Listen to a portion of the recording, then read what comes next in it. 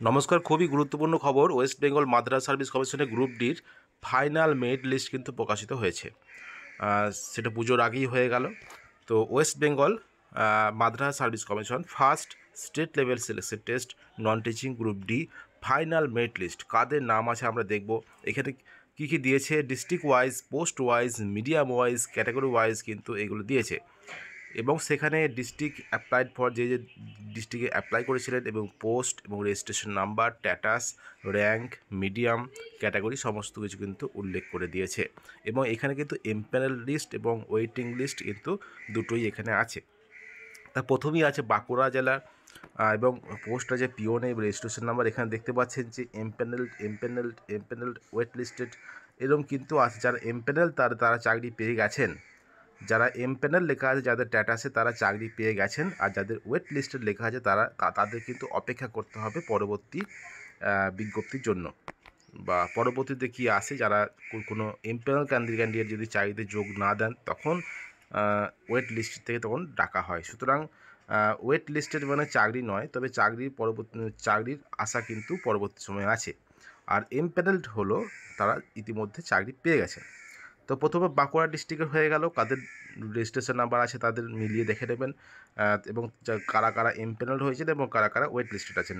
এবং বর্ধমান ডিস্ট্রিক্টে আছে, যারা যারা এমপ্যানেলড আছে দেখে নেবেন রেজিস্ট্রেশন নাম্বার মিলিয়ে। এবং মিডিয়াম ওয়াইজ কিন্তু এগুলো আছে, এগুলো সব বর্ধমানের লিস্ট। এবার আসে বীরভূমের লিস্ট। বীরভূমে যে রেজিস্ট্রেশন নাম্বার আছে সেই রেজিস্ট্রেশন নাম্বার মিলিয়ে দেখে নেবেন স্ট্যাটাসটা কি, এমপ্যানেলড না ওয়েট লিস্টেড। এমপ্যানেলড হয়ে গেছে, হয়ে গেলে জানতে হবে যে এমপ্যানেলড মানে চাকরি হয়ে গেছে, আর ওয়েট লিস্টেড মানে অপেক্ষা করতে হবে।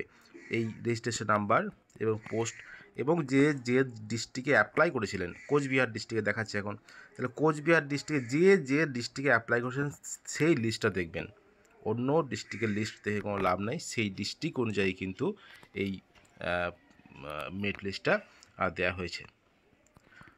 তো অনেক প্রতীক্ষার পর কিন্তু এটা হয়েছে, প্রায় 13 বছর পর এই গ্রুপ ডি মাদ্রাস সার্ভিস কমিশনের গ্রুপ ডি রিক্রুটমেন্ট হচ্ছে। তো তাদের যে স্ট্যাটাস, যারা ইন্টারভিউ দিয়েছিলেন তাদের স্ট্যাটাসটা মিলিয়ে নেবেন। ডিস্ট্রিক্ট ওয়াইজ দিয়েছে, যারা এমপ্যানেলড হলেন তাদের অনেক অভিনন্দন, না বহু বছর পর একটা চাকরি পেলেন।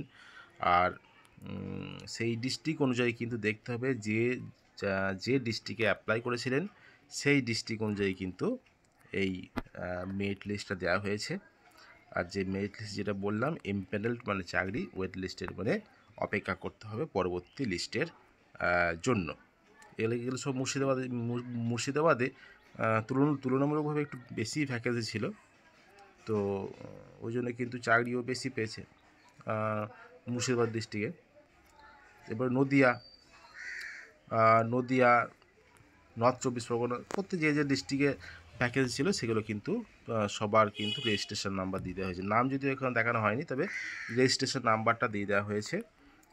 এবং ডিস্ট্রিক্ট যেগুলো আছে, পোস্ট যেগুলো আছে সেগুলো কিন্তু সব দিয়ে দেওয়া হয়েছে। এই হলো মোট যে মেরিট লিস্ট, সেটা এই অনুযায়ী কিন্তু চাকরি হবে। এটা অবশ্যই আবার পুজোর পর কিন্তু নিয়োগ শুরু হবে, কারণ মেরিট লিস্টটা বেরিয়ে গেল, প্যানেল বেরিয়ে গেল, আর কোনো সমস্যা হওয়ার কথা নয়। পরবর্তী হয়তো পুজোর পরে নিয়োগ শুরু করে দেবে, অর্থাৎ জয়েনিং শুরু করে দেবে পুজোর পরেই।